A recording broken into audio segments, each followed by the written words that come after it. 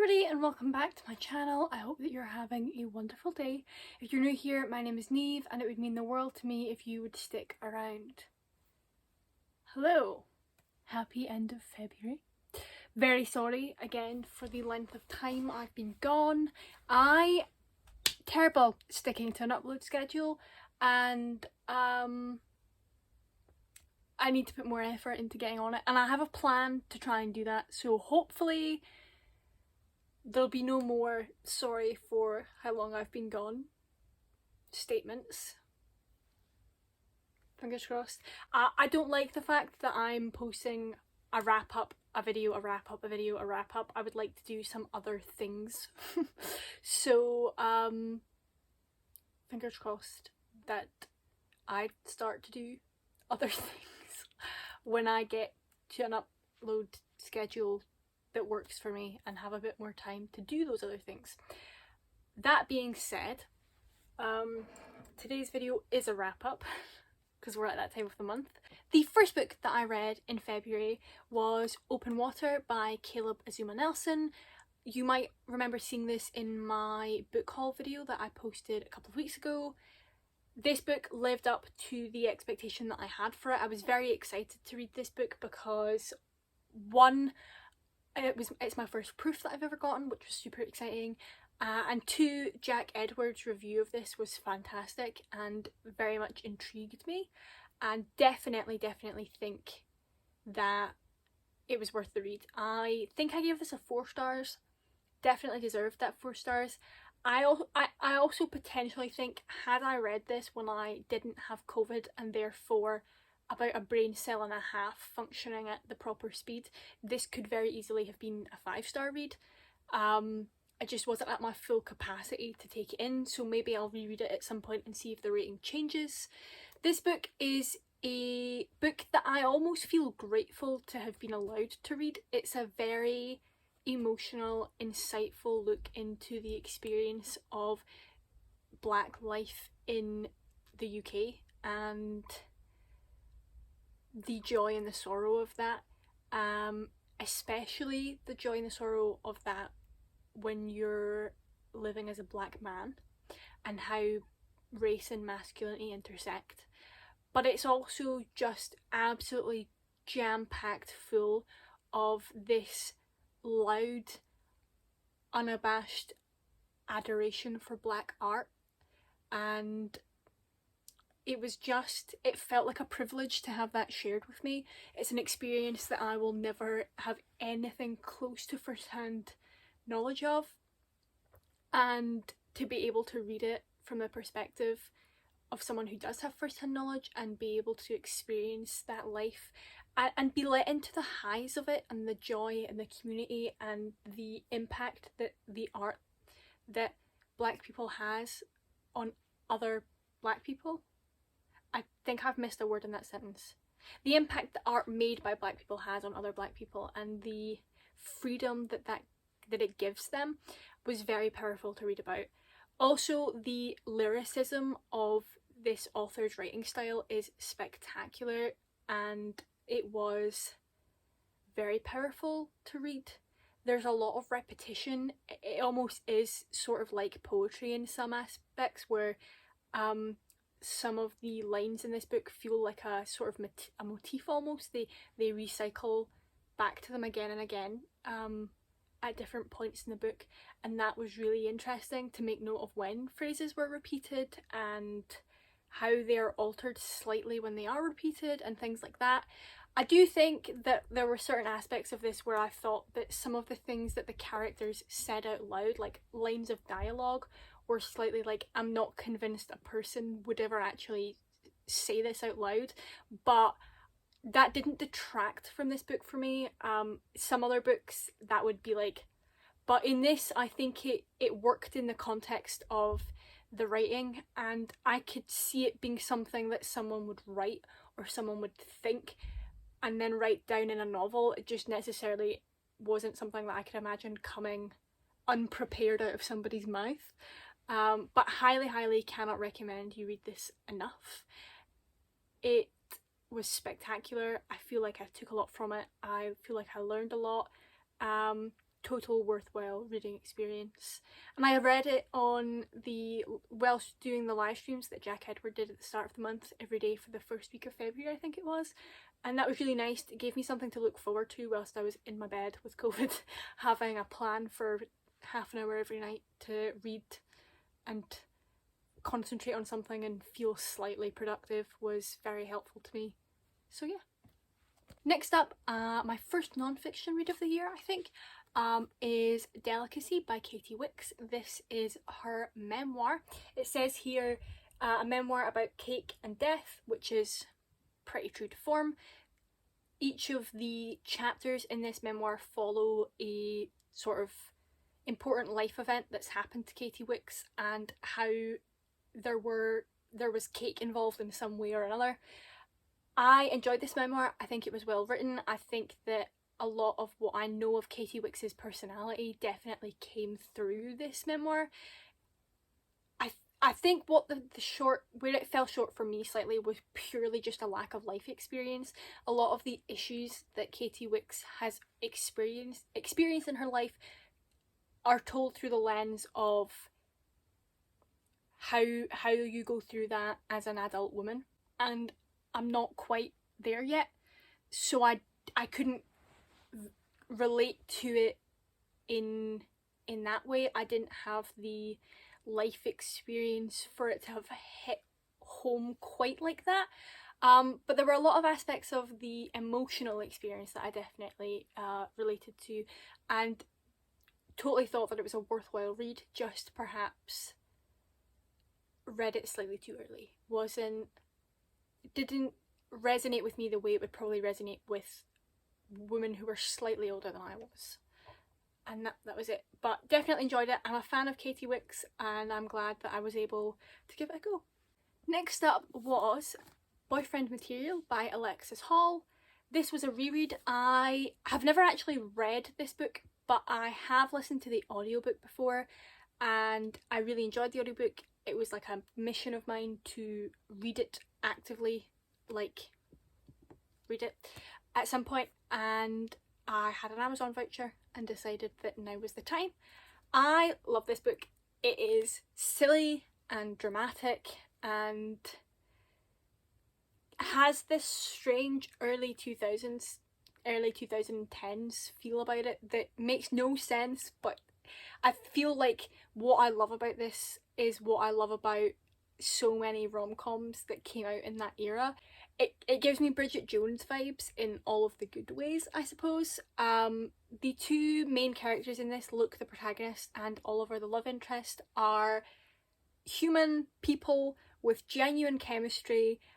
They're a bit messy, they don't always get on, they can be very frustrating, but they feel like people that I could know and they feel like people that I could be. And therefore I'm invested. I like their relationship. I especially like Luke as a protagonist. I think he was funny and he was just like the right amount of a disaster that it was entertaining and captivating as opposed to just irritating. I liked his ability to poke fun at himself, and the way that it very rarely actually crossed into him playing the victim when he wasn't the victim, but there were certainly moments where he was, and he was aware of the differences, I think. I also like that in all Alexis Hall books, but I'm talking about this one, there's a lot of sort of casual queer rep, which is pleasant, and I don't think it ever feels particularly shoehorned in. I think in this one, there are occasions where it feels a little bit, I don't know what the word I'm looking for, like tropey, but only because there are so few occasions in the book where it calls for any of the other characters to be there at all. And I think the feeling of tropiness comes purely from the lack of screen time, page time, whatever it's called when you're reading, that the other characters have to have. It doesn't feel disingenuous though, it just, we were not given loads of time to get to know the characters because the book's not about them, basically. I'm very excited for the sequel. I'm hoping that we get to know the other characters a little bit more. It seems from the little I've seen of it so far, I read the The first 5 chapters were put on NetGalley as an arc, I think, and the first 5 chapters, from what I see, suggest that Bridget, Luke's best friend, might have a slightly bigger part in this book than she did in the last one, which is great because she's fantastic. And I don't know, the friendship group that they have reminded me of what an adult version of my friendship group could be. It's just a fun book. It's funny. It's so British in a way that makes me feel comfy and cozy. I will almost definitely read this book again, which says more than enough, I think, about how much I enjoyed it. Easy, 4 stars, 4.5 stars. I like Alexis Hall. I like what they're doing. And I had a fun time. That went on for longer than it needed to for me, really, just to say good book, I liked it. But I've never been known to talk quickly. Or that's a lie, I talk fast, I just don't know how to talk little. The next book that I read in February was the 5th Skullduggery Pleasant book. This one is called Mortal Coil. This one I gave a 3.5 out of 5, which is slightly less than I've given all of the other ones, by like half a star. And my main reason for this is, by this book we're starting to be introduced to romance subplots. Valkyrie, the main character, is 16, I think, in this one, which is sort of the age, I suppose, where romance becomes a viable subplot. The first couple of books she was like 12, 13, it's not quite the same. And I wasn't expecting it. And I wasn't a fan, not of the fact that there was a romance subplot, I just didn't like what the romance subplot was. Spoiler alert, there's weird infidelity happening that I was just kind of like, what was the reason? What was the reason, you know? But other than that, it's good. Derek Landy knows what he's doing. They're good books, they're captivating, they're clever. Even though they follow a bit of a formula, they're not boring. Every book, I feel like, addresses something important in an interesting way that is appropriate for the age that it's addressing that important thing to. And that was really interesting. There were a couple of pacing things in this book that I thought, well, that was dealt with very fast. Or that was conveniently easy. But then there were other things in the books that were more difficult than I expected them to be that balanced that out. So I wasn't that mad about it. I enjoyed this a lot. I read it very quickly. It's pretty much on par with the rest of them, but there comes a point where I have to start differentiating the books slightly, and this one just wasn't my favourite compared to the other 4 that I'd read at that point, and that's that. I still think you should read all of them. The nostalgia has done me well. I've gotten to the point in the series where I know I've read these ones before, but I have at this point no memory of them. The first 3 I had like a vague, like, I think I've read this before, I vaguely remember this thing happening, but by now I have no idea. I'm basically reading these for the first time, and that's so much fun, because they're still surprising me, and I like that. The next thing that I read this month was Something Fabulous by Alexis Hall. This is their newest release. This is, I don't actually know when this is set. I think it might be the early 1900s. I originally thought it was Regency era, but I don't think it's Regency era anymore. I'm unsure. But it's silly, and it's fun, and it's melodramatic, and it's gay as all hell, and I had a fun time. Is it some literary masterpiece? No. But it isn't trying to be, and it shouldn't be, and I loved it anyway. The characters in this are sulky and dramatic and funny and ridiculous, and I loved every minute of that. It was great.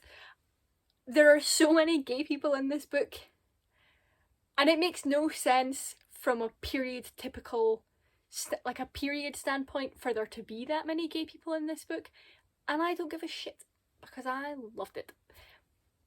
it was just fun. And it's what I need. I needed something that was just fun. I was warned going into this book that it was going to be like kind of sex heavy, which like I don't really care either way, but it wasn't as sex heavy as I expected it was going to be going in, just in case that sways you either way about buying this book. I feel like a lot of the people who've talked about this book online have sort of labelled it as like a spicy romance. There's a couple of sex scenes, but I wouldn't go as far as to say it's like the focal point of the novel.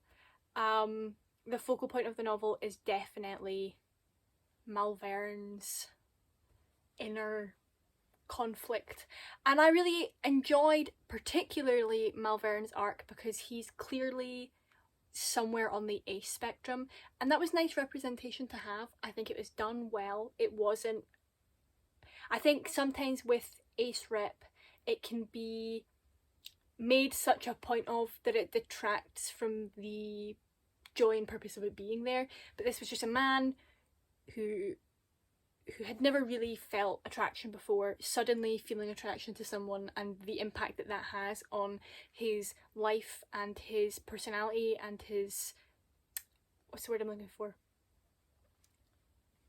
Priorities and things like that. And that was really enjoyable. Demi rep is always a nice bonus. And yeah, I enjoyed it. If you are an Alexis Hall fan, you will like this book. It is textbook Alexis Hall. And for me, that was a good thing. Because as you've previously seen, I enjoy Alexis Hall's books. And that's about it.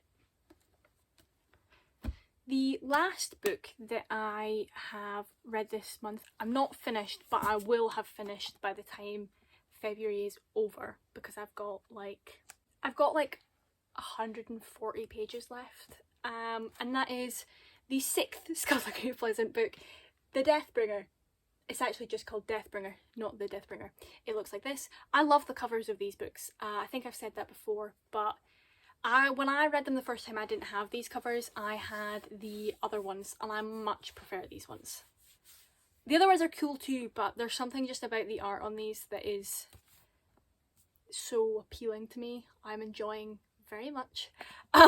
This one is shaping up, I think, to be another 4-star read. I got caught up reading the blurb. The plot twist in this book that I've got to so far.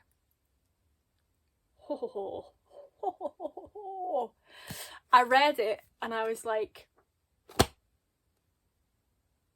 that's about enough of this stuff. I had to take a break. I will give you a proper review of this in next month's video. I'll try my best to remember in next month's wrap up to give a proper review. But so far, I'm enjoying it, which is no surprise to anybody. But makes me nervous. The more of these I really enjoy, the more anxious I get for the ones I've not read yet, because if one of them comes along and sucks, I will be heartbroken. But yeah, I will keep you updated. And that is all. I feel like I flew through these with an alarming speed. Not so much that I didn't say enough, more so I'm worried I've talked very quickly. But I get anxious about the idea of rambling too long, also too slowly.